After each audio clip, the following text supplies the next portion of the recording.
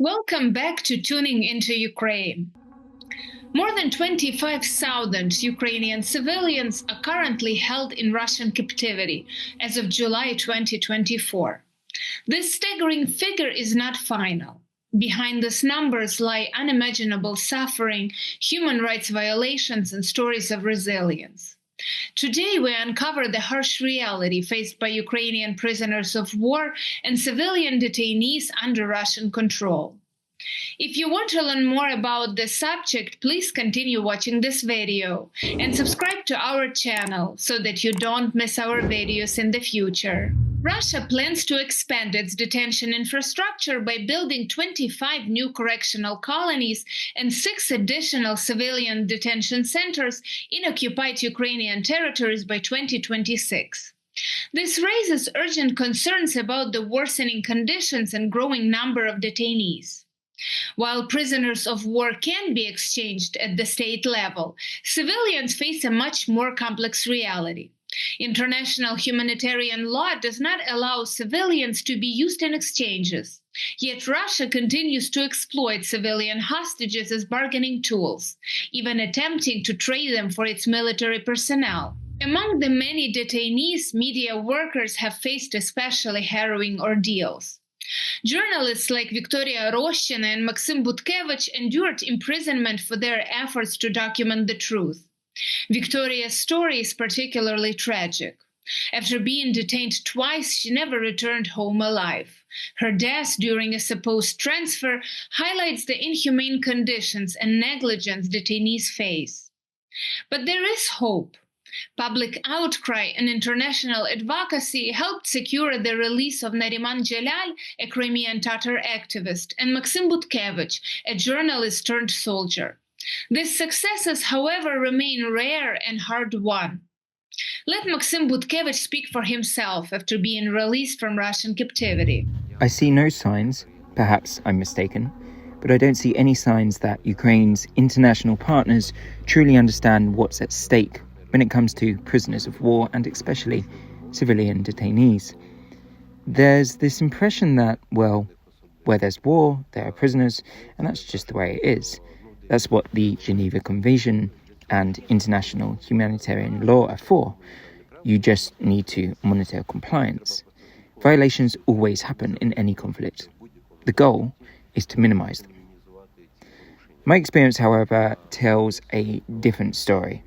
It's about the mass fabrication of cases on an assembly line against prisoners of war, which, whether we like it or not, unmistakably resembles the Stalinist era of the Soviet Union.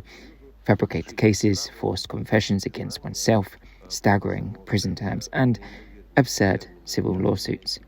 I was actually one of the first to be convicted, and in a way, I was fortunate because they were still figuring out how much to sentence based on these charges. I was given a 13 years of strict regime imprisonment. The next people charged with the same set of accusations received 14 to 15 years. And then there's the 2,800,000 rubles in civil damages that I'm supposed to pay based on their court's decision. These are absolutely absurd sentences, absurd cases, and absurd claims. They have nothing to do with the international humanitarian law or the Geneva Convention.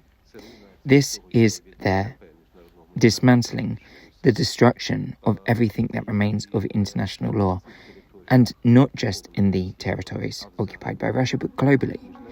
This undermines the international security system and international humanitarian law, systemically and deliberately, by one of the permanent members of the UN Security Council. Former prisoners have shared harrowing accounts of systemic abuse.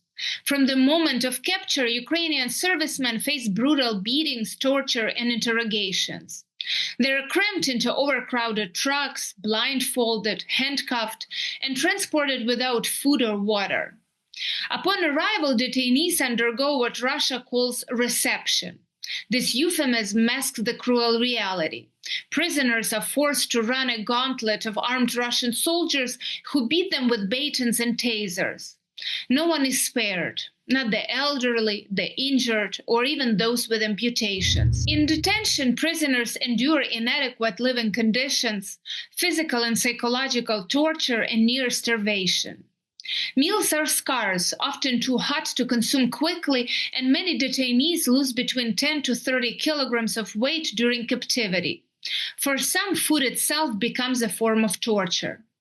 Medical care is virtually non-existent, and prisoners are often coerced into writing dictated letters to their families, falsely claiming that they are in good health and receiving proper treatment. Complaints or any mention of their allocation are strictly forbidden. The stories we've shared are not isolated incidents, but part of a systematic campaign of violence and dehumanization by the Russian state. These practices violate every principle of international humanitarian law and challenge the global community's consciousness. These stories remind us of the human cost of war. Behind the statistics are lives, sons, daughters, parents, and friends. As we bear witness to these atrocities, we must amplify their voices and demand accountability. Share these stories, support advocacy efforts, and stand with Ukraine in the fight of freedom and justice.